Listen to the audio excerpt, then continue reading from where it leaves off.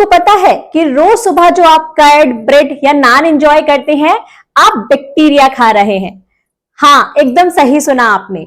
यही बैक्टीरिया दूध को दही बनाता है और यीस्ट जो होती है वो आपकी ब्रेड, नान और यहां तक कि आपके पिज्जा को भी फ्लफी बनाता है।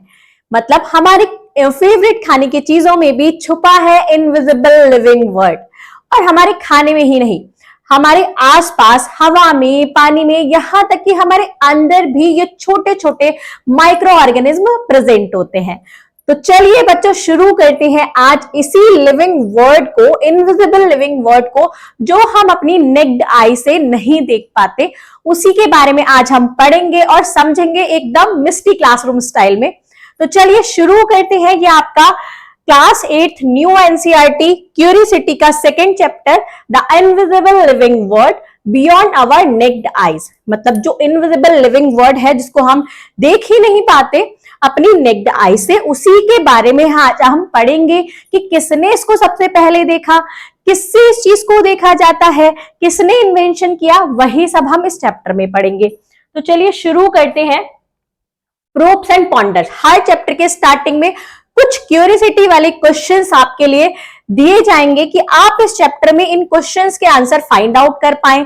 और ऐसे ही कुछ क्वेश्चन जो आपके माइंड में आते हैं, आपको इसके नीचे वो नोट डाउन करने हैं। तो पहला क्वेश्चन है, what if the invisible word become visible? क्या होगा अगर जो इनविजिबल वर्ड है जिसे हम नहीं देख पाते वो एकदम से विजिबल हो जाए, मतलब हमें दिखने लग जाए, तो क्या होगा? नेक्स्ट क्वेश्चन है, how will it change our view about? हमारा इनके लिए व्यू कैसे बदल जाएगा? जो हमें चीज दिख नहीं रही है, अगर वो चीज हमें दिखने लग जाए तो हमारा उनके साइज के अकॉर्डिंग, कॉम्प्लेक्सिटी के अकॉर्डिंग, और क्या चीज लिविंग में काउंट होती है और क्या चीज नॉन लिविंग में काउंट होती है, हमारा व्यू इन सब के बारे में चेंज हो जाएगा। और कैसे होगा वही सब हम इस चैप्टर में देखेंगे। How do tiny beings interact with each other? ये जो छोटी छोटी चीज हैं जिनके बारे में हम बात कर रहे हैं या आगे करने वाले हैं, ये एक दूसरे से कैसे इंटरेक्ट करती हैं, वही सब हम पढ़ेंगे। अगर ऐसे ही कुछ क्वेश्चंस आपके माइंड में आते हैं तो आपको यहाँ पर नीचे लिखना है और कमेंट बॉक्स में आपको वो क्वेश्चन टाइप करने हैं। तो चलिए शुरू करते हैं ये chapter. The power of seeing beyond, मतलब हमारी देखने की पावर, कैसे जो चीज हमें नहीं दिख पाती, कैसे वो पुराने लोग देखते थे और क्या क्या चीजें धीरे धीरे यूज होने लगी। Human eye can only see object above a certain size. जो हमारी आईज हैं, ह्यूमन की आईज हैं, वो एक चीज को एक सर्टेन साइज में ही देख पाती हैं। अगर उससे छोटी कोई चीज होगी तो उसको नहीं देख पाएंगी। लॉन्ग एगो, बहुत पहले लोग क्या करते थे, people found that a curved glass could make smaller thing looks bigger. उन्होंने एक glass, curved glass find out किया जिससे छोटी चीज को भी वो बड़ा करके देख सकते थे, वो उसको बड़ा करके देख सकते थे। कॉल्ड अ लेंस, और उसको क्या बोला जाने लगा, बाद में लेंस बोला जाने लगा। अब धीरे धीरे क्या हुए बच्चों, लेंसेज इंप्रूव होने लगे। पहले बहुत ही लो क्वालिटी के लेंस होते थे, बहुत अच्छे से नहीं देख पाते थे। उसके बाद लेंस इंप्रूव हुए, फिर लेंस इंप्रूव होके मैग्नीफाइंग ग्लासेस बने। उसके बाद वो माइक्रोस्कोप में यूज होने लगे। मतलब धीरे धीरे जैसे जैसे टाइम आगे निकलता जाता है, लोग इन्वेंशन करने लगते हैं। अगर कोई चीज किसी ने पहली बार फाइंड आउट की, फिर उस पर और काम किया जाता है, उसको अच्छा बनाने के लिए और काम किया जाता है, और काम। ऐसे ही इन लोगों ने किया, लेंस को इंप्रूव किया, मैग्नीफाइंग ग्लास बने, फिर माइक्रोस्कोप्स बने। माइक्रोस्कोप क्या करते हैं, माइक्रोस्कोप्स इस टाइप के माइक्रोस्कोप्स होते हैं, ये लेंस होते हैं। अब जो लोग, पुराने लोगों ने कर्व्ड ग्लास फाइंड आउट किया, वो एक जैसे लेंटिल सीड जो होता है ना, इस टाइप का दिखता था, कर्व्ड टाइप का, ऐसे लेंटिल सीड के जैसे। उसके बाद फिर उन्होंने क्या किया, ग्लासेस बनाए, मैग्नीफाइंग ग्लास, फिर माइक्रोस्कोप्स बनाए। ठीक है, माइक्रोस्कोप क्या करते हैं, open the hidden world of tiny little living creatures. वो क्या करते हैं, माइक्रोस्कोप से क्या करते हैं, जो बहुत छोटी चीज होती है उसको, जो हिडन वर्ड है, बहुत छोटे छोटे क्रिएचर्स हैं, उनकी लाइफ को दिखाते हैं। मतलब उसमें क्या क्या है, उनकी लाइफ को ओपन करते हैं कि इसके अंदर क्या क्या चीजें हैं। अब जितनी भी लिविंग बींग्स होती है, ऑल लिविंग बींग्स, चाहे वो प्लांट है या एनिमल है, आर कॉल्ड ऑर्गेनिज्म। क्या बोलते हैं, ये इंपॉर्टेंट पॉइंट है कि जितने भी प्लांट्स या एनिमल्स है, कोई भी है, वो सब ऑर्गेनिज्म बोले जाते हैं, उनको ऑर्गेनिज्म बोलते हैं। अब एक क्वेश्चन है जिसके बारे में सोचना जरूरी है, question to think, what is the smallest organism? Your eye can see. आप सबको सोचना है इस बारे में कि सबसे छोटा ऑर्गेनिज्म ऐसा कौन सा है जिसको आप अपनी आंखों से देख पाते हो डायरेक्टली। तो आप ऐसे सोचिए कि आपने ऐसे सबसे छोटी चीज क्या देखी है जो आपने अपनी आंखों से ऑब्जर्व की है। एग्जाम्पल आप देखिए बच्चों, रीडिंग ग्लासेस, जिससे ग्लास से हम रीड करते हैं, छोटे छोटे जो लेटर्स होते हैं वो बड़े दिखने लगते हैं। और मैग्नीफाइंग ग्लासेस हेल्प अस सी बेटर। जिन वर्ड्स को हम पढ़ नहीं पाते उनको किससे पढ़ते हैं? रीडिंग ग्लास से। या मैग्नीफाइंग ग्लास लगा देते हैं तो उनको हम अच्छे से इजीली पढ़ पाते हैं। तो यही सब क्या है? ये लेंस है, ग्लासेस है, फिर मैग्नीफाइंग ग्लास है, फिर उसके बाद माइक्रोस्कोप बना, उसका यूज करके छोटी छोटी चीजों को अच्छे से पढ़ा जाने लगा। अब फर्स्ट चैप्टर में मैंने आपको बताया था कि आप क्लास 8th में आ गए हैं तो सिर्फ पढ़ना और रटना नहीं है, आपको खुद से एक्टिविटी करनी है। सारी इस चैप्टर में पूरी एक्टिविटी, बहुत सारी एक्टिविटी है जिसमें आपको काम करना है और देखना है कि आपको बनना है एक लिटिल साइंटिस्ट। ठीक है, तो साइंटिस्ट बनने के लिए आपको एक्सपेरिमेंट करने पड़ेंगे। तो हम छोटी छोटी एक्टिविटी से स्टार्ट करते हैं। एक्टिविटी 2.1 है लेट अस ऑब्जर्व। ऑब्जर्व करते हैं क्या, इसके बारे में बात कर रहे थे हम, लेंस या ग्लास के बारे में, तो उसी की एक्टिविटी होगी। आपको क्या लेना है? Take a round bottom glass flask लेना है। एक राउंड सा गोल शेप का बॉटम ग्लास फ्लास्क लेना है, उसको पानी से फिल कर देना है, उसको बंद कर देना है कॉर्क से। फिर क्या करना है? उस फ्लास्क को एक खुली हुई किताब के ऊपर रखना है, ऐसे जैसे इस पिक्चर में दिखाया गया है। ठीक है, लेटर्स जो होंगे, जो बुक के लेटर्स होंगे वो बड़े दिखने लगेंगे इस तरीके से, जितना उसका साइज होगा वो उससे बड़े दिखेंगे। अब इसका रीजन क्या है? वो बड़े कैसे दिखे उससे? Flask filled with water act like a magnifying glass. अब जब पानी से वो फ्लास्क भर जाता है तो वो किसके जैसा काम करने लगता है? मैग्नीफाइंग ग्लास के जैसे काम करने लगता है, इसलिए वो लेटर्स बड़े दिखते हैं। मैग्नीफाइंग ग्लासेस का, लेंसेज का काम यही होता है कि छोटी चीज को बड़ा दिखाना, तो वही काम उसने किया। अब आपको ट्राई करना है एक रियल मैग्नीफाइंग ग्लासेस से। आपको बुक सेलर के पास ये इजीली चीज अवेलेबल होंगी, तभी यहां पर आपको दी गई है कि उन चीजों से आप एक्सपेरिमेंट करें। आपको छोटी सी चींटी को ऑब्जर्व करना है उस मैग्नीफाइंग ग्लास से, तो आप उसको अच्छे से, उसको बहुत बड़ा बड़ा क्लियरली देख पाएंगे। तो आपको ये एक्टिविटी करनी है। For years, people wanted to explore tiny organisms but couldn't see them with naked eye. बहुत सालों से लोग क्या करना चाहते थे कि छोटे छोटे चीजों को एक्सप्लोर करना चाहते थे, लेकिन वो नहीं कर पा रहे थे क्योंकि वो उनको अपनी नेक्ड आई से नहीं देख पा रहे थे। मतलब बिना किसी लेंस, ग्लासेस, इन सब के नहीं देख पा रहे थे अपनी नेक्ड आई से, तो वो इन चीजों का पता कर ही नहीं पा रहे थे। अब एक क्वेश्चन है, question to think, which scientific discovery finally help us to see this invisible world. अब आपको बताना है, आप कमेंट करेंगे, उसके बाद मैं बताऊंगी कि कौन सी साइंटिफिक डिस्कवरी हुई जिसने फाइनली हेल्प की हमारी इनविजिबल वर्ल्ड को देखने में, जिससे हम इनविजिबल वर्ल्ड को भी देख पाए। तो वो कौन सी थी? अभी हमने बात की माइक्रोस्कोप। माइक्रोस्कोप की वजह से ही हम इनविजिबल वर्ल्ड को देख पाते हैं। आगे चलते हैं। एवर हेयर्ड ऑफ, क्या आपने पहले सुना है? अब क्या सुना है? अब देखिए, कुछ ऐसे साइंटिस्ट जिन्होंने इन सब चीजों के बारे में बात की, माइक्रोस्कोप की डिस्कवरी की या सेल की डिस्कवरी की, सेल अभी आगे और एक्सप्लेन करेंगे। तो ये कौन कौन से साइंटिस्ट हैं, इनके बारे में पहले पढ़ लेते हैं। पहले है रॉबर्ट हुक, 1665। इन्होंने एक बुक पब्लिश की, पब्लिश्ड बुक माइक्रोग्राफिया। उसका नाम क्या था? Micrographia with detailed drawing. उसमें जो छोटी, जैसे जो भी चीज वो माइक्रोस्कोप से देखते थे, उसकी जो बड़ी पिक्चर आती थी, मतलब जो बड़ा साइज दिखता था, उसकी वो डिटेल्ड ड्राइंग बनाते थे। तो उसी में माइक्रोग्राफिया में वो सब पिक्चर्स थी। यूज्ड एन अर्ली माइक्रोस्कोप, वो पुराना माइक्रोस्कोप यूज करते थे जिसमें इसकी जो क्वालिटी थी कम थी, 200 to 300 मैग्निफिकेशन का वो ग्लास माइक्रोस्कोप था। Observe a thin slice of cork. उन्होंने फिर क्या किया? एक पतली सी स्लाइस, कॉर्क की स्लाइस को ऑब्जर्व किया। फिर उन्होंने उसमें क्या देखा? Saw tiny empty spaces. उसमें बहुत सारे उनको खाली खाली सी जगह दिखाई दी, स्पेस दिखाई दिए। तो उन्होंने उसको क्या बोला? उन्होंने उसको सेल बोला। क्या बोला? सेल।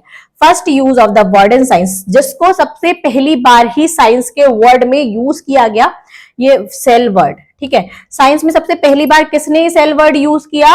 रॉबर्ट हुक ने। अब उसके बाद एक और scientist, Antony von Leeuwenhoek, 1660s के।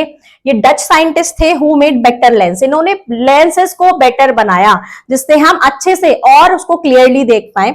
build more powerful microscopes और भी ज्यादा powerful microscopes बनाए।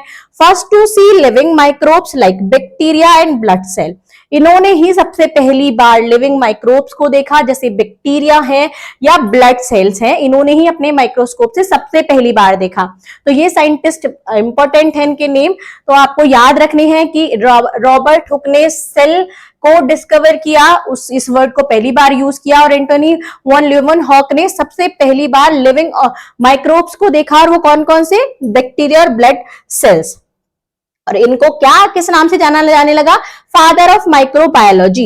इनको किस नाम से जाना जाता है, फादर ऑफ माइक्रोबायोलॉजी के नाम से जाना जाता है। किसको, एंटोनी वॉन ल्यूवेनहॉक को। ये इंपॉर्टेंट पॉइंट है, इनको आप नोट डाउन करते चलिएगा, नोट्स बनाते चलिएगा, जिससे आपको जब मैं क्वेश्चंस की वीडियो, क्वेश्चन आंसर की वीडियो बनाऊं तो आप इजीली इन सबके आंसर दे पाए और आपको पढ़ने पर ही ये याद हो जाए। चलते हैं नेक्स्ट, व्हाट इज सेल। अभी मैंने सेल की बात की, सेल बोला था किसने, रॉबर्ट हुक ने सेल को डिस्कवर किया था।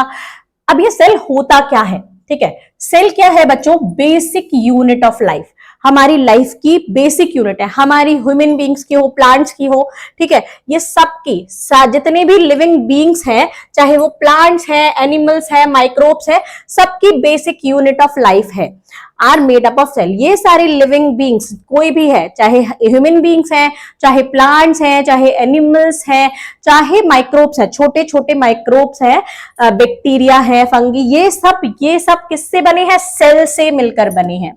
ठीक है, धीरे धीरे हम इसको और एक्सप्लेन करते जाएंगे सेल को।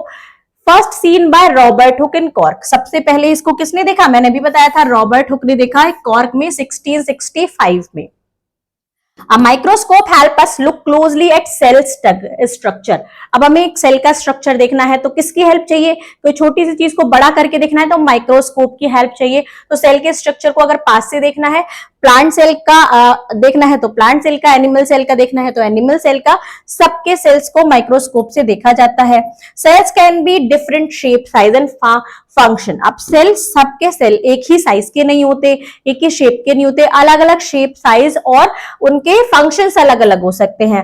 Together they form tissue. अब ये सेल्स मिलकर क्या बनाते हैं, टिश्यू बनाते हैं। ये चीज याद रखिएगा, अभी इसको आगे जैसे जैसे चैप्टर बढ़ता जाएगा और डीपली एक्सप्लेन करते जाएंगे। सारे सेल्स मिलकर बनाते हैं टिश्यू, टिश्यू में organs and then finally whole organism. अब आप देखिए, ह्यूमन बॉडी है, ह्यूमन बॉडी में सबसे छोटी बेसिक यूनिट ऑफ लाइफ क्या है, सेल है। सारे सेल्स मिलकर बनाते हैं टिश्यू, टिश्यू मिलकर बनाते हैं ऑर्गन्स। जो हमारे ऑर्गन्स है, जितने भी हमारे ऑर्गन्स है, आईज, नोज, ईयर, हैंड, ये सब हमारे ऑर्गन्स ही तो है। और फिर ये सारे ऑर्गन्स मिलकर एक बॉडी बनाते हैं जो ह्यूमन बॉडी है। तो ये एक ह्यूमन बॉडी से एग्जाम्पल दिया।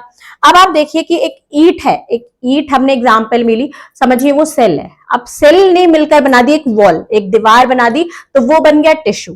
ठीक है, अब सारे टिश्यू ने मतलब 4 दीवार बना के एक रूम बना दिया। अब वो क्या हो गया, वो ऑर्गन हो गया एक घर का। अब बहुत सारे ऐसे ऐसे ही रूम बन गए, टिश्यूज बन गए बहुत सारे, तो एक घर बन गया, मतलब एक पूरा होल ऑर्गेनिज्म बन गया। तो पूरा घर बनने में भी एक क्या लगी, सबसे बेसिक यूनिट क्या थी, ईंट। ईंट के बाद दीवार बनी, दीवार के बाद रूम बना, और रूम्स बहुत सारे मिलकर घर बन गए। तो ऐसे ही सेम सेल को हम जान पाएंगे कि सेल क्या है, बेसिक यूनिट है लाइफ की। सारे सेल मिलकर बनते हैं एक टिश्यू, टिश्यू मिलकर बनते हैं ऑर्गन्स, और ऑर्गन्स मिलकर बनते हैं पूरी ह्यूमन बॉडी, मतलब ऑर्गेनिज्म। अब वो प्लांट, मैंने ह्यूमन बॉडी का एग्जांपल लिया है, प्लांट में भी सेम होता है, सेल्स होते हैं, टिश्यू होते हैं, फिर उनके भी ऑर्गन्स होते हैं।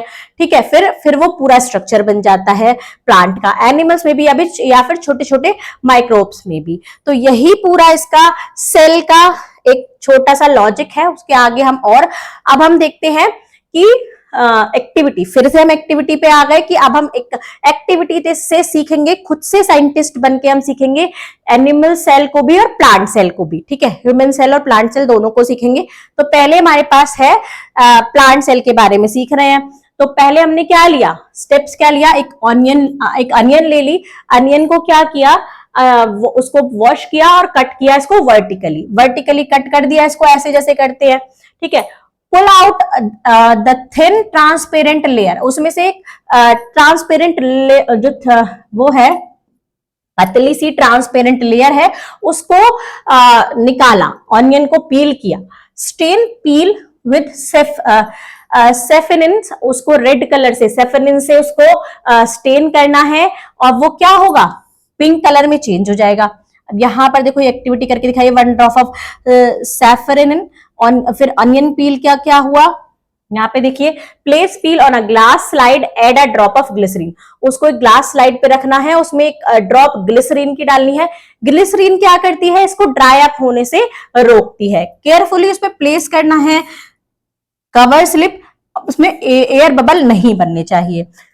एक्स्ट्रा ग्लिसरीन को आपको वाइब अप कर देना है, उसको पूछ देना है, वाइब अप कर देना है। फिर माइक्रोस्कोप से देखना है, ऑब्जर्व अंडर अ माइक्रोस्कोप, आपको क्या दिखेगा, आपको क्या दिखेगा, cells look like a rectangular box. यहां पर आपको इस टाइप से ये ऐसे दिखेगा माइक्रोस्कोप से, ऐसे रेक्टेंगुलर बॉक्स के जैसे सेल्स दिखने लगेंगे उस पील पर।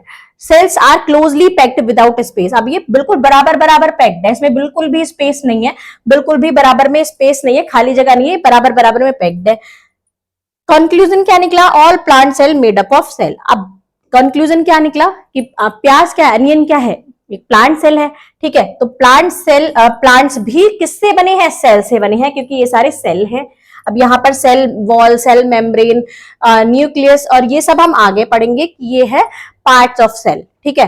तो ये इस टाइप का स्ट्रक्चर बन जाता है, जैसे एक वॉल बनती है, रेक्टेंगुलर बॉक्स से दिखने लगते हैं। तो आपको ये चीज समझ में आ गई कि जो प्लांट सेल, प्लांट्स का जो सेल होता है वो कैसा होता है, शेप में रेक्टेंगुलर टाइप का होता है। क्लियर। अब आगे चलते हैं, क्वेश्चन टू थिंक, पहले क्वेश्चन का आंसर कर देते हैं। If plants are made of cell then what is the body of animal made of. अगर प्लांट सेल से बने हैं तो एनिमल की बॉडी किससे बनी होगी, अभी मैंने आपको बताया था, चाहे प्लांट है चाहे एनिमल है, सबकी बॉडी सेल से ही बनी है। तो एनिमल्स की बॉडी भी किससे बनी होगी बच्चों, सेल से ही बनी होगी। चलते हैं नेक्स्ट पेज पर, नेक्स्ट है एक्टिविटी। अब हम इन्वेस्टिगेट करेंगे चीक सेल को, मतलब अपने चीक की सेल को, मतलब अब हम करेंगे ह्यूमन की सेल का एक एक्टिविटी, एक एक्सपेरिमेंट। स्टेप क्या है, पहले आपको अच्छे से रिंस कर लेना है माउथ क्लीन वाटर के साथ। ये एक्सपेरिमेंट आपको बहुत ही अच्छे से करना है, मतलब इसमें चोट भी लग सकती है, तो थोड़ा केयरफुली, कोई भी एक्सपेरिमेंट अगर हम करते हैं तो केयरफुली करना होता है। Use toothpick to gently scrape inside of cheek. अब चीक के अंदर की तरफ से एक टूथपिक की हेल्प से आपको रब करना है। अंदर की स्किन जैसे क्या फ्लफी सी होती है, मतलब ऐसे होती है फ्लफी सी, तो वहां पर आपको टूथपिक से रब करना है। Place material on a glass slide. अब एक ग्लास स्लाइड लेनी है, उस मटेरियल को जो आप रब करके टूथपिक से अंदर के चिक से लेकर आए हैं उसको ग्लास स्लाइड पर रखना है। Add methylene blue stain. अब उसमें मिथिलीन के ब्लू स्टेन डालना है। फिर ऐड ग्लिसरीन डालना है जिससे कि ये ड्राई ना हो, ठीक है।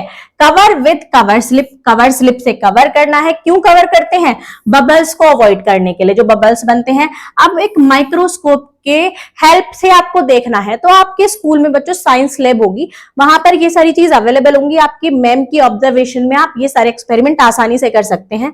ऑब्जर्वेशन क्या होगा, पॉलीगन शेप्ड सेल। आपको कैसे सेल दिखेंगे, पॉलीगन शेप के सेल दिखेंगे। ये सेल ही हैं जो आपको उसमें दिखेंगे। ये है चीक सेल, ठीक है। From the inner living of mouth, कहां से, लाइनिंग ऑफ माउथ, ये कहां से, माउथ के अंदर की लाइनिंग से आए। कंपेयर करिए इसको, जो अनियन पील का जो सेल था वो रेक्टेंगुलर था, मतलब वो प्लांट सेल था। प्लांट सेल कैसे होते हैं, रेक्टेंगुलर होते हैं शेप में, बल्कि जबकि चीक सेल का जो था वो पॉलीगन शेप में था, तो ये एनिमल सेल है, ठीक है। एनिमल, ह्यूमन एनिमल, इन सबके जो सेल हैं मतलब वो कैसे होते हैं, वो पॉलीगन शेप में होते हैं, इस टाइप की शेप में होते हैं। और जो प्लांट के होते हैं वो रेक्टेंगुलर शेप में होते हैं। दोनों में सिर्फ इतना फर्क है। आगे इसमें अंदर क्या क्या पार्ट होते हैं उसमें भी थोड़ा डिफरेंस होता है। कुछ जो पार्ट होते हैं वो सेम होते हैं, कुछ प्लांट सेल में ज्यादा होते हैं, तो उनको हम अभी आगे पढ़ेंगे कि क्या क्या वो चीजें ज्यादा होती हैं। आगे देखते हैं पार्ट ऑफ अ सेल। अभी मैंने आपको बताया था कि सेल तो पढ़ लिया, अब उसके अंदर के पार्ट क्या होते हैं। ये सेल है, अब ये देखो बच्चों, ये क्या, कैसा सेल होगा, एनिमल सेल होगा, और ये रेक्टेंगुलर शेप में है तो ये प्लांट सेल है। तो इस चीज से आपको दोनों में डिफरेंस पता लगेगा। अब इसके बारे में, इसके अंदर के पार्ट के बारे में पढ़ेंगे क्या क्या होते हैं। सबसे पहले होता है सेल मेम्ब्रेन। ये क्या होता है, सेल मेम्ब्रेन, ये थिन आउटर कवरिंग, बाहर से जो कवर होता है इसको सेल मेम्ब्रेन बोलते हैं, चाहे वो प्लांट सेल में है चाहे वो एनिमल सेल में है, उसका आउटर कवर को क्या बोलते हैं, सेल मेम्ब्रेन। ये सब पॉइंट बहुत ही इंपॉर्टेंट है, एग्जाम में इन्हीं से क्वेश्चन बनेंगे, तो इन सब के आप नोट्स बनाते चलिए। थिन आउटर कवरिंग होगी, है ना। अलाउ एंट्री और एग्जिस्ट ऑफ मटेरियल, यही अलाउ करते हैं कि अंदर क्या चीज आएगी और क्या चीज नहीं आएगी, ठीक है, क्या चीज अंदर आ सकती है और क्या चीज अंदर नहीं आ सकती, यही जो वॉल है, सेल मेम्ब्रेन है, ये अलाउ करते हैं। Next is cytoplasm. अब साइटोप्लाज्म क्या होता है बच्चों, जेली लाइक सब्सटेंस होता है, मतलब चाहे प्लांट सेल हो चाहे एनिमल सेल हो, सब में जो ये अंदर एक लिक्विड सा होता है ना, जेली, ये जेली टाइप का होता है। इसी की वजह से इसके सारे जो पार्ट हैं, सेल के अंदर जो सारे पार्ट होते हैं वो इसी की वजह से मूवेबल होते हैं। कॉन्टेन सेल कॉम्पोनेंट्स, इसी में ही सारे सेल कॉम्पोनेंट्स होते हैं, जितने भी सेल के अंदर सारे पार्ट होते हैं, और ये साइट ऑफ लाइफ प्रोसेसेस होता है। नेक्स्ट क्या है, न्यूक्लियस। अब ये सबसे इंपॉर्टेंट पार्ट है। न्यूक्लियस क्या है, राउंड स्ट्रक्चर है, जैसे ये, इसमें राउंड स्ट्रक्चर ये है, इसमें ये है, ये न्यूक्लियस है। इसका सबसे इंपॉर्टेंट काम होता है, ये रेगुलेट करता है सारे सेल की एक्टिविटी को और ग्रोथ को, मतलब इसी के इशारों पर सब काम करते हैं। जैसे क्लास में मॉनिटर होता है, मॉनिटर जो बोलता है सारे बच्चों को वही करना होता है, ऐसे ही ये पूरे सेल का क्या होता है, मॉनिटर होता है, न्यूक्लियस। इसी की वजह से क्या होता है, सारी एक्टिविटी सब परफॉर्म कर पाते हैं। सेल वॉल, सेल वॉल सिर्फ प्लांट में होती है। सेल वॉल किस में होती है, प्लांट सेल में होती है, एनिमल सेल में नहीं होती है। ये एक्स्ट्रा लेयर होती है, ये क्या करती है, ये स्ट्रेंथ देती है प्लांट को, क्योंकि प्लांट बहुत स्ट्रांगली खड़े रहते हैं, तो ये स्ट्रेंथ प्रोवाइड करती है सेल वॉल। सेल वॉल किसको, प्लांट सेल को, ठीक है। अब हम चलते हैं नेक्स्ट पर। नेक्स्ट क्या है बच्चों, अ स्टेप फर्दर, एक स्टेप और आगे चलते हैं, plant versus animal cell. Plant और एनिमल सेल में क्या डिफरेंस है, एक चीज समझ लीजिए, सारे सेल का स्ट्रक्चर उसके फंक्शंस पर डिपेंड करता है कि वो क्या काम करते हैं, ठीक है। जैसा जिसका काम होगा उसका वैसा स्ट्रक्चर होगा। इसलिए देखो, एनिमल सेल क्या होता है, एनिमल सेल में थोड़े कम पार्ट होते हैं प्लांट सेल से, क्योंकि प्लांट सेल को स्ट्रांगली, प्लांट क्या होता है, एक बड़ा होता है, तो उसमें क्या, उसको ज्यादा स्ट्रेंथ की नीड है, तो उसमें थोड़े ज्यादा पार्ट होते हैं। तो अब देखते हैं कि क्या क्या चेंजेस होते हैं extra structure in plant cell. Extra structures कौन कौन से होते हैं प्लांट सेल में, उनको देख लेते हैं। प्लास्टिड होता है, क्लोरोप्लास्ट। क्लोरोप्लास्ट क्यों होता है आपको पता होगा, क्योंकि खाना बनाने के लिए इसमें क्लोरोफिल होता है जो हेल्प करता है फोटोसिंथेसिस में, इसलिए इसमें एक ये चीज ज्यादा होती है, किसमें, प्लांट सेल में। अदर प्लास्टिड्स को क्या करते हैं, स्टोर करते हैं फूड को और सब्सटेंस को, फूड को और सब्सटेंस को स्टोर करके रखते हैं, क्योंकि प्लांट का अलग प्रोसेस होता है खाना बनाने का। ह्यूमन बीइंग तो क्या करते हैं कि खाना खुद से बनाते हैं और उसको कंज्यूम करते हैं, लेकिन प्लांट सेल भी खुद से खाना बनाते हैं, तो उसका खुद से खाना बनाने के लिए इसमें एक्स्ट्रा पार्ट होते हैं, एक्स्ट्रा स्ट्रक्चर होता है इसका, कुछ कुछ पार्ट एक्स्ट्रा होते हैं जो इसको खाना बनाने में या फिर अदर चीज करने में हेल्प करते हैं। लार्ज वॉक्यूल होता है। अब क्यों होता है ये, क्योंकि प्लांट क्या, पानी कहां से लेते हैं, प्लांट पानी लेते हैं जड़ों से, जड़ से पानी जाता है, लार्ज वॉक्यूल की हेल्प से स्टोर करते हैं सब्सटेंस, रिमूव करते हैं वेस्ट को, मेंटेन करते हैं शेप को और स्ट्रेंथ को, यही चीज मेंटेन करती है शेप को और स्ट्रेंथ को। और लार्ज वॉक्यूल में जो वाटर जो क्या होता है, वाटर सफर करता है, वाटर जाता है एक प्लेस से दूसरे प्लेस पर और उनको स्टोर करके रखता है, और बहुत सारे मिनरल्स भी। अब एनिमल सेल में क्या होता है बच्चों, एनिमल सेल में वॉक्यूल्स आर यूजुअली एब्सेंट और वेरी स्मॉल। जो वॉक्यूल्स हैं वो या तो एब्सेंट ही होते हैं, होते ही नहीं है, क्योंकि उनको प्लांट की तरह खाना इतना सारा स्टोर करने की नीड नहीं होती, तो उसमें ये होते भी हैं तो बहुत ही छोटे होते हैं। Small vacuole store dissolve substance in water. अब ये छोटे होते हैं तो बहुत ही छोटी चीज स्टोर करके रख पाते हैं, बहुत ही कम चीज स्टोर करके रख पाते हैं। डिसॉल्व सब्सटेंस, वाटर में जो डिसॉल्व सब्सटेंस होते हैं सिर्फ उन्हीं को ही ये कंटेन करके रख पाते हैं, स्टोर करके रख पाते हैं।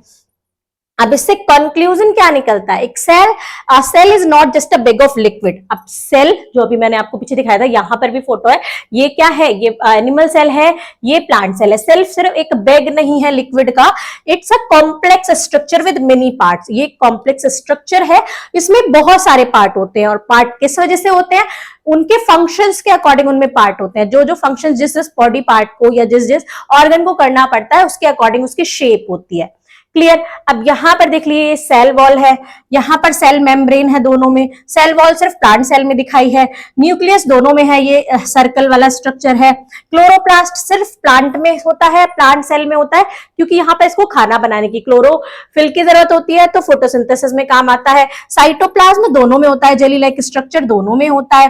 वॉक्यूल सिर्फ इसमें होता है, प्लांट सेल में, क्योंकि इसको ज्यादा खाना स्टोर करने की या ज्यादा चीजें स्टोर करने की जरूरत होती है। ऐसे ही ये क्या होता है, माइटोकॉन्ड्रिया दोनों में होता है। अब इसको ये दोनों चीज को आपको कंपेयर करके बताया है, इसके और भी बहुत सारे पार्ट होते हैं। एक शॉर्ट वीडियो आपके लिए मैं बनाऊंगी प्लांट सेल और एनिमल सेल को पूरा डिफाइन करने के लिए। तो यहाँ पर इतना बताया है, तो आप इसको समझिए अच्छे से, उसके आगे चलते चलते हम इसको और भी समझ जाएंगे। Each part has a special function. हर सेल के जो अलग अलग पार्ट है उसके अलग अलग फंक्शन होते हैं, स्पेशल फंक्शन होते हैं। Plant and animal cell differ in shape and structure. Plant और एनिमल सेल अभी आपने देखा अलग अलग होते हैं, शेप में भी और स्ट्रक्चर में भी। क्यों? क्योंकि उनके वर्क अलग अलग होते हैं। चलते हैं आगे देखते हैं variation in shape and function of cell. अब वेरिएशन क्यों होता है किसी सेल के? अब एक सेल है तो उसके शेप में और उसके फंक्शन में वो क्या क्या काम करते हैं, उसमें वेरिएशन क्यों होता है। अब देखते हैं इसको, why cell differ. Cell differ क्यों होते हैं? Cell vary in shape, size and number depending on other their function. ये क्या होते हैं सेल, ये अलग अलग शेप के, साइज के होते हैं और नंबर के होते हैं। किस पर डिपेंड करता है कि इनका क्या फंक्शन है, ये क्या काम करते हैं। हर सेल का, हमारी पूरी बॉडी के अंदर ऑर्गन है। ऑर्गन किससे बने? मैंने आपको बताया था टिश्यू। टिश्यू के अंदर क्या है? सेल। अब हर बॉडी का जो ऑर्गन है अलग अलग काम करता है। आईज देखने में काम करती है, ब्रेन अलग काम करता है, हैंड्स अलग काम करते हैं, मसल सेल्स अलग काम करते हैं। तो ये सबके काम अलग अलग होते हैं। तो इनके काम के अकॉर्डिंग ही, इनके वर्क के अकॉर्डिंग ही इनकी शेप होती है। जिस टाइप का इनका वर्क होगा, जो जो इनको नीड होगी, वैसी ही इनकी शेप होती है। तो इसलिए इनकी शेप, साइज और नंबर में डिफरेंस होता है इनके फंक्शन के अकॉर्डिंग। जैसे मसल सेल स्पिंडल शेप्ड की होती है, नर्व सेल लॉन्ग और ब्रांच्ड होती है। मसल सेल का काम क्या होता है बच्चों? ये हमारी बॉडी, ये क्या करता है? ये कंट्रास्ट और रिलीज करता है, मतलब हमारी बॉडी को मूव करने में हेल्प करता है कि हम एक प्लेस से दूसरे प्लेस पर मूव कर पाए, या हमारे हैंड हैं ये मूव कर पाते हैं मसल सेल की वजह से। और नर्व सेल ये लंबी होती है और ब्रांच्ड होती है। देखिए यहाँ पर ये मसल सेल दिखाई गई है, लंबी है, ब्रांच्ड है। और नर्व सेल यहाँ पर देखिए ये एक ऐसा स्ट्रक्चर है, इसमें क्या रूट के जैसे हेयर लाइक स्ट्रक्चर होता है, लंबा और ब्रांच्ड। इसमें बहुत सारी ब्रांच्ड होती है, ब्रांच निकली हुई होती है। क्यों होती है ऐसा बच्चों? क्योंकि नर्व सेल का क्या काम होता है? नर्व सेल का काम होता है हमारी बॉडी से मैसेज को ब्रेन तक पहुंचाना। जैसे आप ये लोग वीडियो देख रहे हैं, तो आपको कैसे पता चल रहा है कि आप ये क्या देख रहे हैं, क्या चल रहा है, मैम क्या बोल रही हैं, क्या लिख रही हैं?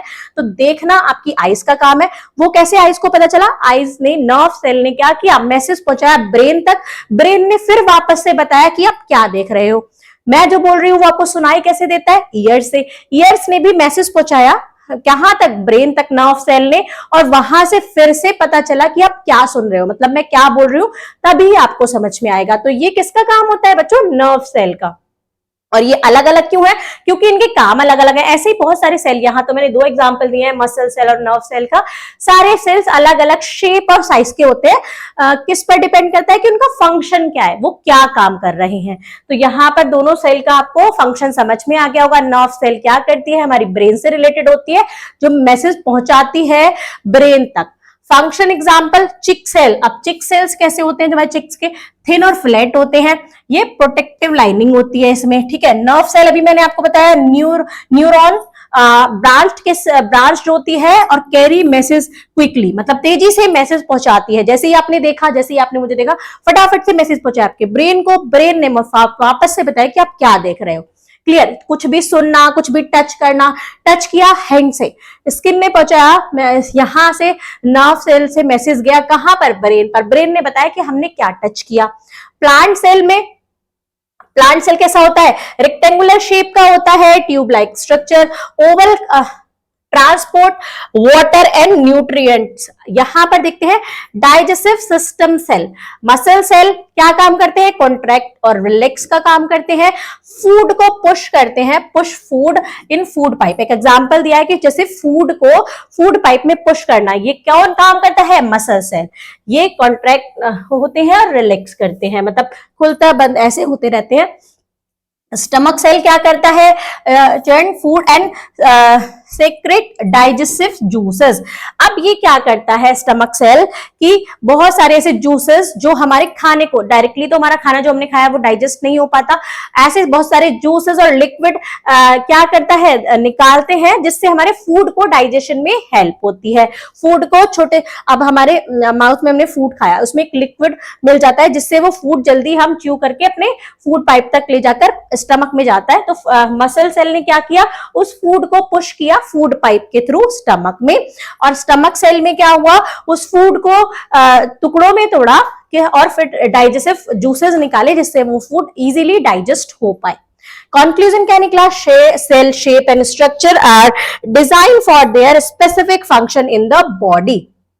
सेल की शेप और स्ट्रक्चर कैसे डिजाइन होता है, जैसे जो भी उसका फंक्शन होता है बॉडी में, जो भी उसका काम होता है उसी के अकॉर्डिंग उसकी शेप और साइज स्ट्रक्चर होता है, उसका साइज होता है।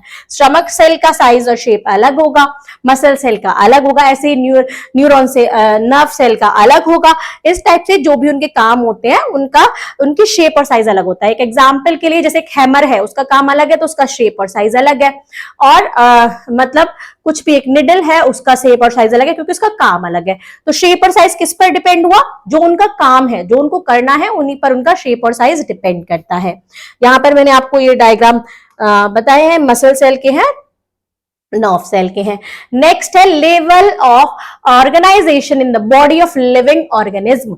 अब लेवल्स क्या होते हैं, मतलब जैसे ये मैं आपको पहले भी एक्सप्लेन कर चुकी हूं जब सेल के बारे में बताया था, कैसे किस तरीके से हमारा बॉडी में जो लिविंग ऑर्गेनिज्म में जो भी चीजें बनती हैं, जो भी चीजें होती हैं, उसका बेस क्या होता है। जैसे घर है बच्चों, एग्जांपल के लिए देखिए घर है, वो किससे बना है, घर के अंदर क्या है बच्चों, रूम्स हैं। रूम कैसे बने, वॉल से बने। अब वॉल कैसे बनी, एक ब्रिक से, ईट से बनी। तो वो ईट क्या है, एक बेस हो गया। ईट से ईट मिलाकर बनी एक वॉल, और वॉल मिलाकर बना एक रूम, और रूम मिलाकर बन गया एक होम। क्लियर। तो ऐसे ही सेम हमारी बॉडी का भी बॉडी का स्ट्रक्चर भी बनता है। तो सबसे पहले सबसे छोटी जैसे ब्रिक है, उसकी जगह पर क्या है, सेल है। सेल क्या है, बेसिक यूनिट ऑफ लाइफ है। अगर मैं बोलूं आपसे कि बिल्डिंग बन रही है तो उसमें बेसिक यूनिट क्या थी, सबसे छोटी यूनिट क्या थी बच्चों, सबसे छोटी यूनिट ईट थी। ईट से ही तो हमारा घर बना। बेसिक यूनिट जैसे ईट है, ऐसे ही हमारी बॉडी में हमारे जो भी हमारी बॉडी में जितने भी लिविंग ऑर्गेनिजम्स हैं, उसमें जितना भी जो जिससे बनता है वो सेल होता है। तो ये बेसिक यूनिट ऑफ लाइफ होता है। जैसे एक ब्रिक होता है एक वॉल पे, एक वॉल किससे बनती है, ब्रिक से। तो वो ब्रिक से बनी वॉल, और वॉल से बन गया रूम से बन गया हाउस। ऐसे ही सेल से बने सेल, ग्रुप ऑफ सेल क्या कहलाते हैं, टिश्यू। जैसे ब्रिक्स, ग्रुप ऑफ ब्रिक्स मैं बोलूं तो वो एक वॉल कहलाती है, वॉल बन जाती है। ऐसे ही बहुत सारे सेल मिलकर बनाते हैं tissue, group of similar cell working together. जो भी सिमिलर सेल एक साथ काम करते हैं वो क्या होते हैं बच्चों, टिश्यू बनाते हैं। जैसे ग्रुप हो जाता है ईंटों का, तो वो एक वॉल, सेम टाइप की ईंट का जब एक ग्रुप बना लेते हैं तो एक वॉल क्रिएट हो जाती है। ऐसे ही सेम टाइप के जो सेल होते हैं वो एक साथ मिलकर टिश्यू बनाते हैं। अब different tissue form an organ, अलग अलग टाइप के टिश्यू मिलकर एक ऑर्गन बनाते हैं। क्या बनाते हैं, ऑर्गन बनाते हैं। जैसे स्टमक है या हार्ट है, ये सब हमारे ऑर्गन्स ही तो हैं, ह्यूमन बॉडी के ऑर्गन्स हैं। तो ये इसके अंदर अलग अलग टिश्यूज होंगे। टिश्यू किससे बने हैं, सेल से बने हैं। तो इस चीज को आप क्लियर करते चलिएगा। ऑर्गन सिस्टम क्या होता है, group of organs performing a major function. जैसे डाइजेस्टिव सिस्टम है, उसमें अलग अलग, मतलब डाइजेस्टिव सिस्टम है हमारा पूरा, उसमें बहुत सारे ऑर्गन्स होंगे। कुछ तो ऑर्गन्स मिलके वो ऑर्गन सिस्टम बनाएगा, ऑर्गन्स मिलके ऑर्गन सिस्टम बनाएंगे। और ऑर्गेनिज्म क्या होता है, सारे ऑर्गन सिस्टम मिलके क्या बनाते हैं, कंप्लीट लिविंग बीइंग बनाते हैं। जितने भी सारे ऑर्गन्स हैं हमारी बॉडी के, जैसे ब्रेन है हमारा, अगर हम बाहर के स्ट्रक्चर से देखें तो हमारे हैंड है, लेग्स है, मसल्स है, हार्ट है, लीवर है और किडनी है, ये सब हमारे ऑर्गन्स है। और ये सब जब एक साथ मिल जाते हैं, ऑल ऑर्गन सिस्टम, जितने भी हमारे ऑर्गन सिस्टम है या जितने भी ऑर्गन्स हैं, ये सब मिलकर एक ऑर्गेनिज्म बनाते हैं, एक लिविंग बीइंग बनाते हैं। अब यहां तक आपको समझ में आ गया होगा कि एक ईंट के जैसे क्या होता है, एक सेल होता है। ईंट ने ग्रुप ऑफ सिमिलर ब्रिक्स मिलकर क्या बनी, वॉल बनी। ऐसे ग्रुप ऑफ सिमिलर सेल मिलकर क्या बन गया, एक टिश्यू बन गया। अब हम ऐसे कर सकते हैं कि एक तरफ की वॉल हमने एक तरीके की ईंट से बनाई, दूसरी तरफ की वॉल हमने दूसरे तरीके की ईंट से बना ली और चारों तरफ से कवर कर दिया, वो एक रूम बन गया। तो कैसे टिश्यू कैसे बना था, ऑर्गन कैसे बना था, different tissue form a organ, अलग अलग टाइप के टिश्यू मिलके ऑर्गन बनाया। ऑर्गन्स मिलकर group of organs performing a major function, जो एक मेजर फंक्शन को परफॉर्म करते हैं वो ऑर्गन सिस्टम बन गए। जैसे अलग अलग रूम, जैसे लिविंग रूम है और हमारा बेडरूम है, वॉशरूम है, ये सब अलग अलग टाइप के हैं। ये सब मिलकर एक होम क्या बना, एक क्या बन गया, रूम बन गया, होम बन गया। और उसके बाद organism, all organ system together make a complete living being. जितने भी सारे ऑर्गन सिस्टम है वो मिलकर उन्होंने क्या बना दिया, एक ऑर्गेनिज्म बना दिया, मतलब एक लिविंग बीइंग बना दी। अब सिर्फ लिविंग बीइंग में ह्यूमन ही नहीं आते, एनिमल्स भी आते हैं, प्लांट्स भी आते हैं और छोटे छोटे माइक्रोब्स जिनको हम अपनी नेक्ड आई से नहीं देख पाते वो लोग भी आते हैं।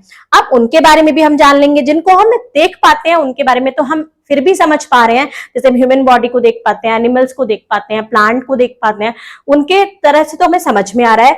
लेकिन जिनको हम नहीं देख पाते, छोटी छोटी चीज ऐसी होती है, उनके बारे में हम पढ़ने वाले हैं।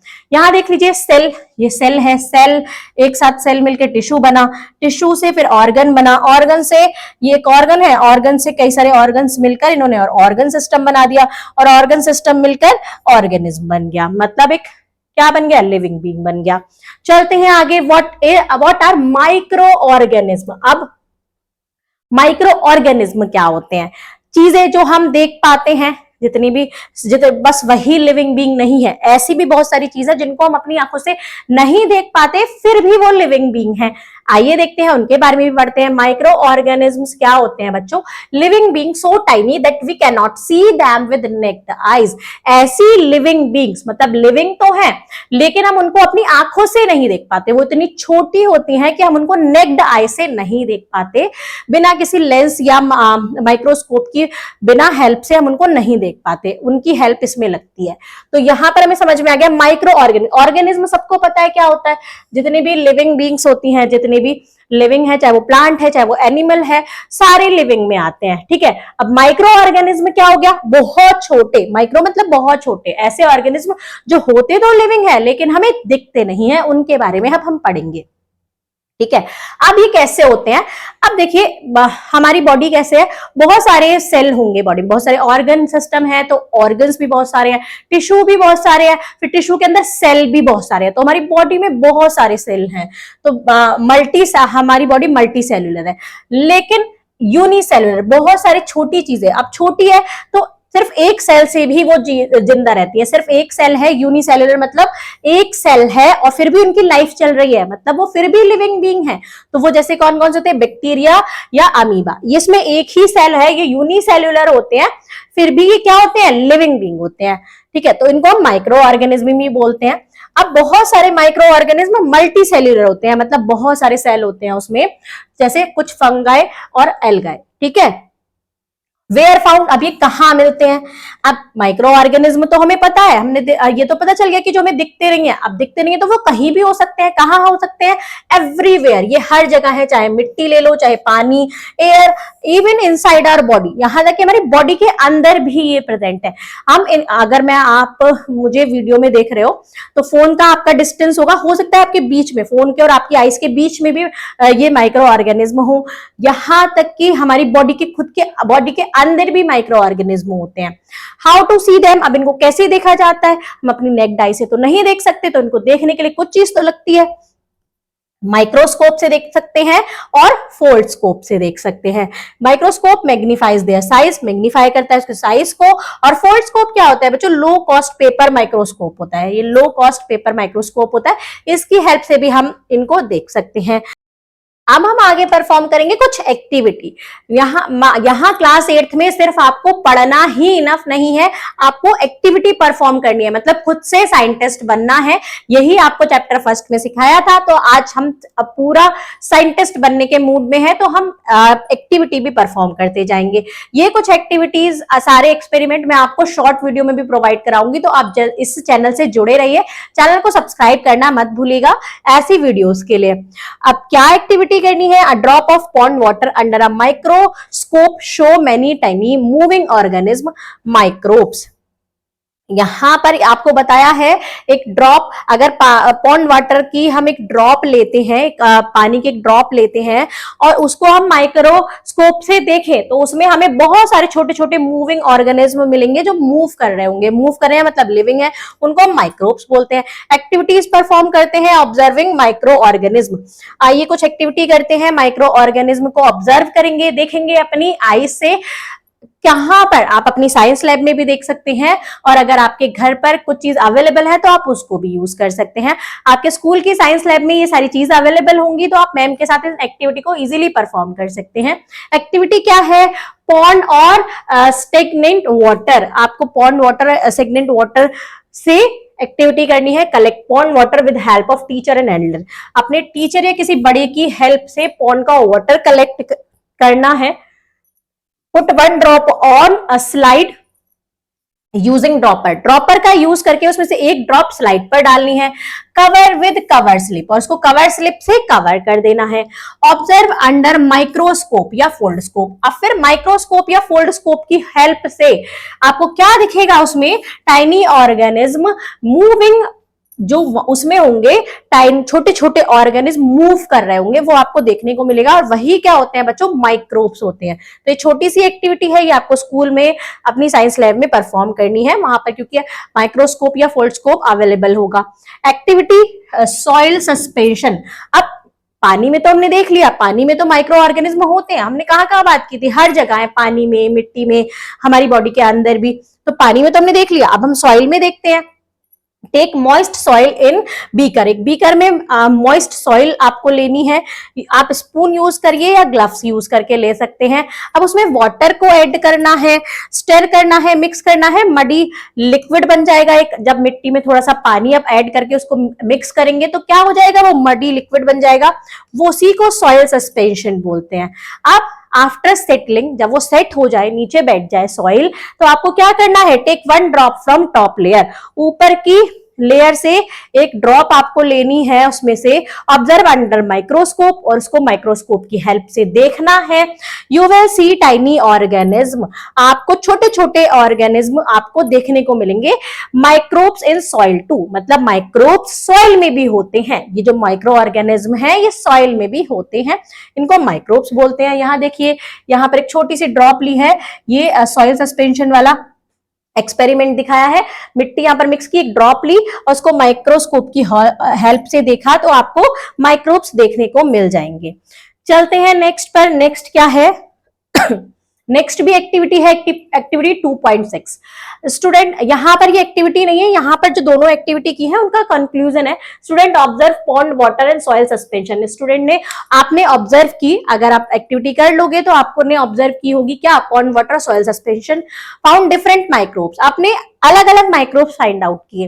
अब उनके नाम क्या है, देखने को तो आपको मिल जाएंगे कि कोई किसी शेप का है, कोई किसी शेप का है, कोई कैसे मूव कर रहा है, कोई क्या कुछ कर रहा है। तो अब उनके नाम क्या है, उनके नाम क्या क्या होंगे, वो क्या क्या होते हैं, प्रोटोजोआ, एल्गाई, फंगाई और bacteria. Conclusion, micro organism are present everywhere. Activity करने के बाद आपको क्या पता चला, माइक्रो ऑर्गेनिज्म हर जगह प्रेजेंट है। अब माइक्रो ऑर्गेनिज्म ऑब्जर्व हो गए। अब हम देखते हैं आगे पॉन्ड वाटर। पॉन्ड वाटर में आपने कौन कौन से माइक्रो ऑर्गेनिज्म देखे होंगे, उनके नाम यहाँ पर है कि क्या क्या आपको देखने को मिला होगा। यहाँ पर अमीबा, प्रोटोजोआ। इसकी सिंगल सेल होता है, जैसे मैंने आपको एग्जांपल में बताया था, मतलब यूनिसेलुलर होता है, एक ही सेल होता है। इर्रेगुलर शेप होती है, इसकी कोई भी शेप नहीं होती, किसी भी शेप में होता है क्योंकि ये सिंगल सेल है। इसी सेल में इसके सारे पार्ट होंगे, न्यूक्लियस होगा, ये जेली लाइक स्ट्रक्चर होगा, ठीक है, और ये धीरे धीरे मूव कर रहा होगा, तो वो क्या होगा, अमीबा, ठीक है। अब पैरामीशियम प्रोटोजोआ, ये भी प्रोटोजोआ कैटेगरी में है। सिंगल सेल होता है ये भी, move with special hair like structure. इसमें क्या होता है, हेयर लाइक स्ट्रक्चर होता है, इसका बाल ऐसे हेयर निकल रहे होते हैं, होता ये भी सिंगल सेल ही है, मतलब यूनिसेलुलर ही है, लेकिन इसका स्ट्रक्चर थोड़ा अलग होता है अमीबा से। अमीबा कैसा होता है, किसी भी शेप का होता है और इसमें हेयर्स नहीं होते, इसमें हेयर लाइक स्ट्रक्चर होता है। एल्गाई, ये ग्रीन कलर का होता है क्योंकि इसमें क्लोरोफिल प्रेजेंट होता है, ये भी सिंगल सेल होता है। Can move with special structure, ये देखो ये ग्रीन कलर का होगा क्योंकि ये इसमें क्लोरोफिल प्रेजेंट होगा। जो भी माइक्रोब्स ग्रीन कलर के होंगे वो किस वजह से होते हैं, क्योंकि इसमें क्लोरोफिल प्रेजेंट होता है, वो क्या करते हैं, फोटोसिंथेसिस की हेल्प से अपना खाना खुद बनाते हैं। क्लियर, तो यहां पर इसमें can move with special structure, ये मूव करेगा स्पेशल स्ट्रक्चर में। तो ये वाले कुछ आपको देखने को मिलेंगे पॉन्ड वाटर एक्टिविटी में। अब सॉइल सस्पेंशन में कौन कौन से मिलेंगे उन्हें देख लेते हैं। टेबल 2.2 है जो आपने एक्टिविटी की थी, उसमें आपने सॉइल सस्पेंशन वाली एक्टिविटी भी की थी, उसमें क्या क्या चीज आपको देखने को मिलेगी, अब हम उनको पढ़ लेते हैं, उनके क्या क्या नाम है। जैसे अगर हम देखें कि हम एनिमल्स हैं, ह्यूमन बींग्स हैं, सबके सारे एनिमल्स के नेम अलग अलग होते हैं, ऐसे ही इसमें भी मतलब माइक्रो ऑर्गेनिज्म के नेम भी अलग अलग होते हैं। सॉइल सस्पेंशन, ब्रेड मोल्ड आपको देखने को मिलेगा, फंगाई, ब्रांच्ड फिलामेंट सेक लाइक स्ट्रक्चर, नो क्लोरोफिल, इसमें ब्रांच मतलब इसकी ब्रांच निकली होंगी, ऐसा फिलामेंट होगा, ऐसी शेप होगी, सेक लाइक स्ट्रक्चर होगा और उसमें क्लोरोफिल नहीं होगा, मतलब ये ग्रीन कलर का नहीं होगा। मोल्ड फंगाई, एक तो ये ब्रेड फंगाई थे, एक मोल्ड फंगाई, ये ब्रांच फिलामेंट है, ये भी इसमें ब्रश लाइक स्ट्रक्चर होता है और इसमें भी क्लोरोफिल नहीं होता है, मतलब ये ग्रीन कलर का नहीं होगा। एल्गाई, ये ग्रीन कलर का होगा क्योंकि इसमें क्लोरोफिल प्रेजेंट है और इसकी शेप क्या होगी, स्फेरिकल इन शेप, स्फेरिकल होगा शेप में। बैक्टीरिया देख लेते हैं, ये टाइनी डिफरेंट शेप, अलग अलग छोटे होते हैं लेकिन अलग अलग शेप के होते हैं, कुछ स्फेरिकल होते हैं, कुछ स्पाइरल होते हैं, कुछ रॉड लाइक स्ट्रक्चर होते हैं, कुछ कॉमा लाइक स्ट्रक्चर होते हैं। हेयर लाइक स्ट्रक्चर होता है इनका, जो इनको मूवमेंट में हेल्प करता है। इनकी सबकी पिक्चर आपको बुक में इनके आगे लग रही है, आप वहां पर देख सकते हैं, मैं यहाँ पर ऐड नहीं कर पाई हूँ, उसको नेक्स्ट पेज में आपको अगर हो पॉसिबल होगा तो आगे के पेज में दिखाऊंगी। आप बुक ओपन करके रखिए या आप अपनी पीडीएफ ओपन करके भी देख सकते हैं। कंक्लूजन क्या निकला, both pond water and soil contain a variety of microbes, मतलब दोनों पॉन्ड वाटर और सॉइल सस्पेंशन में बहुत सारी वैरायटी होती है माइक्रोब्स की, एक जैसे माइक्रोब्स नहीं होते, बहुत सारे टाइप के होते हैं। जैसे हम जंगल में देखें, जंगल है वहां पर अलग अलग टाइप के एनिमल्स होते हैं लेकिन फिर भी है वो वाइल्ड एनिमल। यहाँ पर ये सब माइक्रोब्स हैं लेकिन ये अलग अलग टाइप के हैं, अलग अलग टाइप के तो उनके नाम भी अलग अलग है, जैसे प्रोटोजोआ है, fungi, algae and bacteria. Through invisible to the naked eyes, they are everywhere, ये हम अपनी आंखों से नहीं देख पाते फिर भी ये हर जगह होते हैं।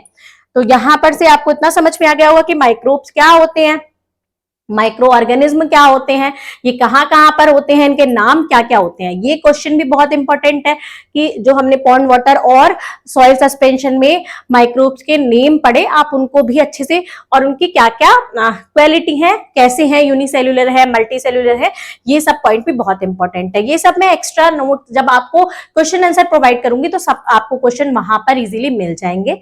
यहां पर आप अच्छे से नोट्स बनाते चलिए।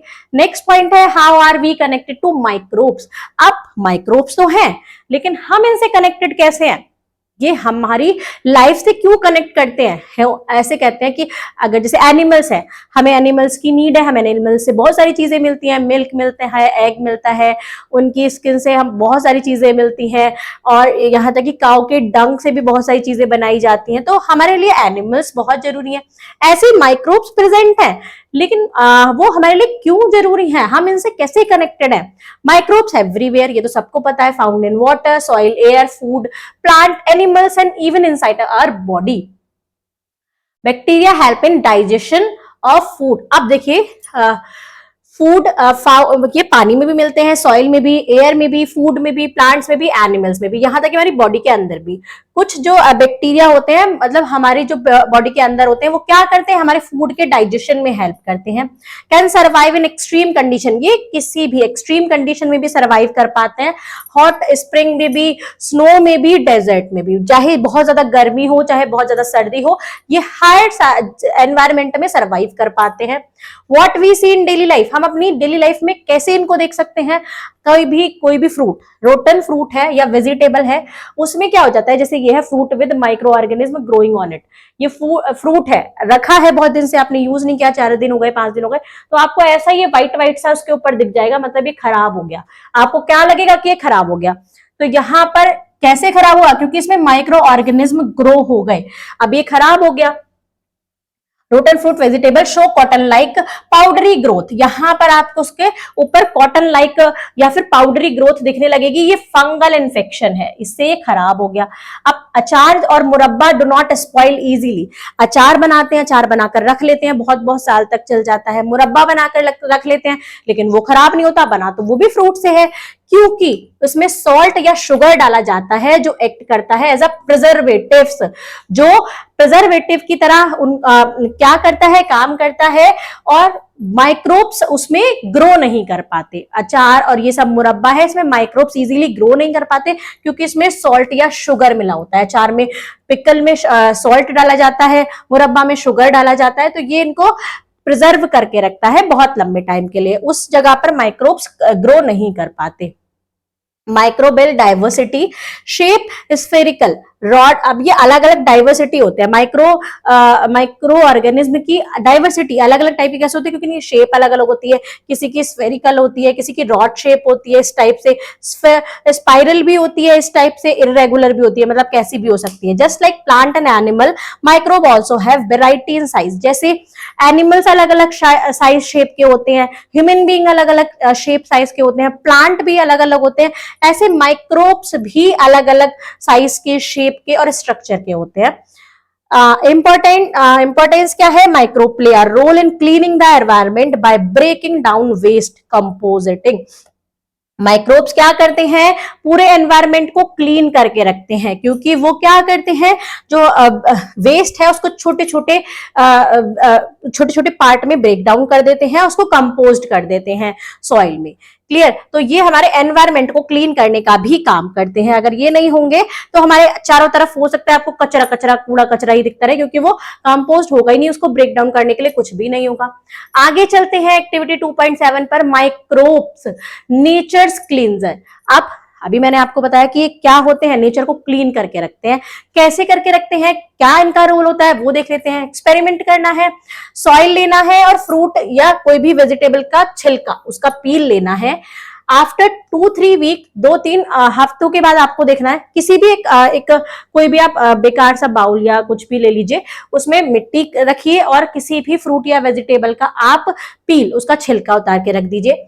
2-3 वीक बाद देखेंगे डार्क मेन्योर बनने लगेगा। क्या किया, ये बहुत ही न्यूट्रिएंट रिच होगा। क्या किया उसने, क्या किया उसमें जो बैक्टीरिया थे, जो माइक्रोब्स थे, उन्होंने क्या किया, उस छिलके को ब्रेक डाउन करके सॉइल में मिक्स कर दिया और सॉइल को बहुत फर्टाइल बना दिया, सॉइल को अच्छा बना दिया। क्यों, bacteria and fungi in soil, जो भी सॉइल में बैक्टीरिया और फंगाई होगा, बैक्टीरिया और फंगाई तो होगा उसमें सॉइल में, उन्होंने डिकम्पोज कर दिया वेस्ट को और एक नेचुरल मेन्योर तैयार कर दिया। अब वेदास में क्या लिखा है बच्चों, creamy tiny entities beneficial and harmful effect mentioned in ancient text। अब पुराने समय में भी वेदों में ऐसा लिखा गया है कि जो बैक्टीरिया और ये जो सब चीजें होते हैं, ये हमारे लिए बेनिफिशियल भी होते हैं और हार्मफुल भी होते हैं, दोनों तरीके से ये हमारी हेल्प करते हैं। हमें बीमार भी कर सकते हैं और हमारे लिए अच्छा भी कर सकते हैं। यहाँ पर क्या किया, सॉइल को इसने फर्टाइल बना दिया, अच्छा बना दिया, नेचुरल मैन्योर तैयार कर दिया, जो कि अच्छी ग्रोथ, मतलब जो क्रॉप्स अच्छा ग्रो करेगा। रोल ऑफ माइक्रोब्स, माइक्रोब्स का क्या रोल होता है? डिकम्पोज प्लांट, एनिमल एंड डंग, जो भी डेड प्लांट्स, डेड एनिमल होते हैं और डंग को डिकम्पोज करता है। रिसाइकल न्यूट्रिएंट्स, न्यूट्रिएंट्स को रिसाइकल करता है। सॉइल को फर्टाइल करता है। क्लीन एनवायरमेंट, एनवायरमेंट को कैसे क्लीन करता है? Without them waste piles up, अगर ये नहीं होंगे तो वेस्ट बढ़ता चला जाएगा। आप जैसे कोई भी छिलका है, कोई भी पील हमने लिया, अगर वो डिकम्पोज ही नहीं होता, अगर उसमें बैक्टीरिया फंगाई उसको मिक्स नहीं करते उसमें, तो क्या होता? वो इकट्ठा होता चला जाता, वो खत्म ही नहीं होता कभी भी, तो चारों तरफ कूड़ा और वेस्ट इकट्ठा होता चला जाता। बायोगैस, सम माइक्रोब रिलीज मीथेन, कुछ माइक्रोब्स मीथेन रिलीज करते हैं, अब वो किस लिए? फ्यूल फॉर कुकिंग, इलेक्ट्रिसिटी और व्हीकल्स चलाने में काम आती है। साइंटिस्ट थ्योरी है एक, डॉक्टर आनंद मोहन चक्रवर्ती ने made bacteria to clean oil spill, उन्होंने एक बैक्टीरिया बनाया जो ऑयल को क्लीन ऑयल स्पिल, ऑयल के स्पिल को क्लीन कर पाए। पेटेंटेड 1980, मतलब कब? 1980 में। चलते हैं आगे, आगे देखते हैं activity 2.8, role of yeast in dough. अब यीस्ट की मैंने स्टार्टिंग में, वीडियो के स्टार्टिंग में बात की थी कि यीस्ट से क्या होता है? आपकी ब्रेड, पिज्जा, नान को फ्लफी बनाता है। अब इसकी एक्टिविटी करके देखते हैं, ये बहुत ही इंटरेस्टिंग होगा। आपको किचन में इसकी एक्टिविटी करनी है, आपकी मम्मी के साथ आप मिलकर इस एक्टिविटी को परफॉर्म कर सकते हैं और देख सकते हैं। सेटअप क्या करना है? एक बाउल लेना है, 2 बाउल लेने हैं, बाउल ए और बाउल बी। पहले बाउल में आपको क्या करना है? फ्लोर लेना है, मैदा लेनी है, उसमें शुगर डालना है, यीस्ट डालना है और वार्म वाटर, गर्म पानी डालना है, उसको मिक्स करके रख देना है, ठीक है। बाउल बी लेना है, उसमें फ्लोर डालना है, मतलब फिर से मैदा डालनी है, शुगर डालना है और वार्म वाटर। यीस्ट नहीं डालनी है, अब की बार आपको यीस्ट नहीं डालनी है, आपको ये तीनों चीज डालनी है, लेकिन यीस्ट नहीं डालनी, पहले में यीस्ट डालनी है। ऑब्जर्वेशन क्या होगा? कुछ घंटे बाद आप देखोगे तो जो पहला होगा बाउल ए, वो क्या होगा? उसका जो यीस्ट डालने के बाद जो मैदा होगा, जो आटा होगा या जो फ्लोर होगा, वो फूल के इतना ऊपर हो जाएगा, पूरा बाउल ही भर जाएगा। और लेकिन जिसमें डो में, बाउल बी में जो यीस्ट नहीं थी, वो उतना का उतना ही रहेगा, वो फूलेगा नहीं। बाउल ए, डो राइस, जो उसका डो है वो राइस करेगा, फ्लफी हो जाएगा और अलग सी स्मेल आने लगेगी, न्यू स्मेल आएगी। बाउल बी में कोई भी चेंज नहीं आएगा, वो जितना है उतना का उतना ही रहेगा। Change in the volume of floor after adding the yeast, sugar and warm water, यहाँ चेंज दिखाया है इस पिक्चर में। रीजन क्या हुआ बच्चों? यीस्ट ने क्या किया? यीस्ट क्या है? एक फंगस है, इसने रेस्पायर, ये वार्म वाटर में गर्मी मिली तो इसने रेस्पायर किया, मोस्ट कंडीशन में रिलीज क्या करी? CO2, कार्बन डाइऑक्साइड रिलीज करी, जिससे बबल्स बन गए आटे में और वो सॉफ्ट और फ्लफी हो गया। जो डो था, जो मैदा का जो डो था, उसमें बबल्स बन गए और वो सॉफ्ट और फ्लफी हो गया। प्रोड्यूस लिटिल एल्कोहल, जिस स्मेल किसकी वजह से आई? उसने कुछ एल्कोहल भी प्रोड्यूस की। एप्लीकेशन क्या होता है? ब्रेड बनती है इससे, यीस्ट से क्या? ब्रेड और केक बनता है। इडली डोसा भी जो बैटर होता है वो भी फ्लफी हो जाता है, वो भी फूल जाता है अगर यीस्ट होती है तो। भटूरा जो फूलता है, जो इतना टेस्टी लगता है, वो इसी यीस्ट की वजह से लगता है। चलते हैं नेक्स्ट पेज पर, नेक्स्ट देखते हैं एक्टिविटी। फिर से एक एक्टिविटी करनी है, how curd form and role of micro organism. अब आपके किचन में, मतलब यहां तक कि मतलब साइंस को मैंने आपको बताया था कि आपके किचन से लेके पूरे वर्ल्ड में साइंस ही साइंस है, मम्मी के किचन से लेके, तो किचन में ही यहाँ एक्सपेरिमेंट चल रहे हैं। एक एक्सपेरिमेंट अभी किया, दूसरा एक्सपेरिमेंट अब फिर किचन में करने आ गए हैं कि दूध से दही कैसे बनता है। दही खाया होगा, दूध भी पिया होगा, दूध था, उसका दही कैसे बना, क्या रीजन था, वो भी उसके अंदर भी क्या माइक्रो ऑर्गेनिज्म ही रीजन होता है जिससे दूध का दही बन जाता है। और कुछ स्टेप करने पड़ते हैं, ऐसा नहीं है कि डाला और बन गया, सही से अगर स्टेप फॉलो करेंगे तभी बन पाएगा। एक्सपेरिमेंट सेटअप करते हैं, फिर से बाउल और बाउल भी लेना है। पहले बाउल में वार्म मिल्क लेना है, हल्का सा गर्म दूध लेना है, उसमें कर्ड को स्टार्टर मतलब कर्ड को डाल देना है, थोड़ी सी 1 चम्मच कर्ड को उसमें डाल देना है। अब थोड़ी देर बाद आप देखेंगे, मतलब कुछ घंटों बाद ये कर्ड में चेंज हो जाएगी, टर्न इनटू कर्ड, और थोड़ा सा खट्टापन होगा इसमें क्योंकि दही हल्की सी खट्टी होती है। जिसमें आपने कोल्ड वाटर, दूसरे बाउल में क्या करना है, कोल्ड वाटर डालना है, गर्म दूध नहीं डालना, ठंडा दूध डालना है और उसमें भी कर्ड डालनी है। कर्ड नहीं बनेगी अगर ठंडे दूध में आप कर्ड डालोगे, उसको मिक्स करोगे तो कर्ड नहीं बनेगी, सिर्फ आपको थोड़ी सी खट्टेपन की स्मेल आएगी उस दूध में से। अब इसका रीजन क्या हो सकता है? Lactobacillus bacteria feed on milk sugar lactose, produce lactic acid, अब लैक्टोबैसिलस एक बैक्टीरिया है, उसने फीड किया मिल्क शुगर, लैक्टोज रिलीज किया जिससे लैक्टिक एसिड प्रोड्यूस हुआ। वार्मथ हेल्प ग्रोथ, अब गर्माई से जो वार्म थी उससे ग्रोथ हो गई, किससे, किसकी, लैक्टोबैसिलस बैक्टीरिया की। और मिल्क कैसा बन गया, कर्ड बन गया, दही बन गया और खट्टा हो गया। अब कुछ और माइक्रो ऑर्गेनिज्म के बारे में पढ़ेंगे। रिजोबियम बैक्टीरिया, ये कहाँ होता है, live in root nodules of beans and pea, beans और पी के रूट में ये नाइट्रोजन को फिक्स करके रखता है और सॉइल फर्टिलिटी को इंप्रूव करता है।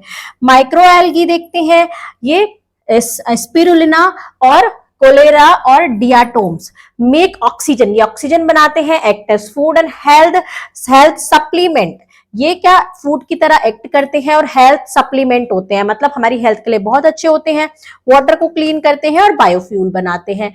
इसके बारे में हम आगे पढ़ेंगे स्पिरुलिना के बारे में। ये क्या होता है, the super food micro alga.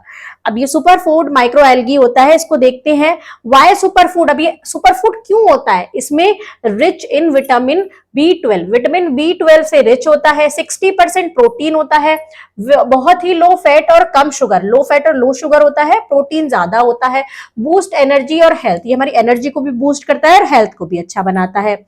How to grow spirulina, अब इसको ग्रो कैसे करते हैं, आप इजीली इसको घर पे भी ग्रो कर सकते हैं। आपको क्या करना है, keep a glass tank in bright, आपको सूरज की रोशनी में, मतलब डायरेक्ट रोशनी में नहीं, जहां पर सनलाइट की ब्राइटनेस आ रही हो वहां पर एक ग्लास टैंक में इसको रखना है। क्या रखना है, ग्लास टैंक में क्या रखना है, मेंटेन मॉडरेट टेम्परेचर, उसका टेम्परेचर को मॉडरेट रखना है। Fill with pond water, pond water को लेके आना है और उस ग्लास टैंक को फिल कर देना है। एड लिविंग स्पिरुलिना, अब उसमें एक लिविंग स्पिरुलिना को डालना है। स्टार्ट ट्वाइस अ वीक, एक वीक में 2 बार उसको मिक्स करना है। Harvest in 3 to 6 week by filtering, और उसको आप हार्वेस्ट कर सकते हैं 3 से 6 हफ्ते में ही फिल्टर करके। इसकी इंपॉर्टेंस क्या है, ensure food security, provide livelihood और न्यूट्रिशियस इको फ्रेंडली फूड, ये सब क्या है, खुद से आप इको फ्रेंडली फूड है, खुद से आप इसको इजीली ग्रो कर सकते हैं। अब हम देखते हैं why cell the basic unit of life. Cell basic unit of life क्या क्यों होता है, ये मैं आपको बहुत बार बता चुकी हूँ इसी वीडियो में। All living organism are made of cell, जितने भी सारे लिविंग ऑर्गेनिज्म है सेल से बने होते हैं। बिल्डिंग ब्लॉक ऑफ लाइफ, जैसे कि बिल्डिंग बनी होती है ब्रिक से। कुछ होते हैं मल्टी सेल्यूलर ऑर्गेनिज्म, जिसमें बहुत सारे सेल होते हैं, बहुत सारे सेल होते हैं, स्पेशलाइज्ड फंक्शन होते हैं, एक साथ मिलकर वर्क करते हैं। प्लांट में होते हैं, एनिमल्स में होते हैं, प्लांट्स, एनिमल्स और मोल्ड्स। यूनिसेल्यूलर ऑर्गेनिज्म, यूनिसेल्यूलर जिसमें सिंगल सेल होता है, single cell perform all life function, एक ही सेल पूरी लाइफ फंक्शन को परफॉर्म करता है, जैसे बैक्टीरिया है, प्रोटोजोआ है या यीस्ट है। सेल के टाइप्स, बैक्टीरिया, ये नो ट्रू न्यूक्लियस, इसमें ट्रू न्यूक्लियस होता ही नहीं है, ओनली न्यूक्लियोइड होता है। फंगी में देखते हैं, have cell wall but no chloroplast, cell wall तो होती है लेकिन क्लोरोप्लास्ट नहीं होता है। कैनॉट मेक फूड, क्लोरोप्लास्ट नहीं होता है तो ये फूड नहीं बना सकता। अब मैंने आपको एक चीज बताई थी कि सेल वॉल किस में होता है, सिर्फ प्लांट सेल में होता है। प्लांट सेल ग्रीन कलर के होते हैं क्योंकि वो अपना फूड खुद से बनाते हैं, क्लोरोफिल होता है, लेकिन इसमें सेल वॉल तो होता है फंगी में, लेकिन क्लोरोप्लास्ट नहीं होता है, तो ये अपना खाना खुद नहीं बना सकते। Plants and animal, well defined nucleus होता है, इसमें न्यूक्लियस वेल डिफाइंड होता है। न्यूक्लियस का क्या मतलब बताया था मैंने आपको, पूरे जो सेल है उसके फंक्शन को कंट्रोल करके रखता है, ऑर्गेनाइज करके रखता है।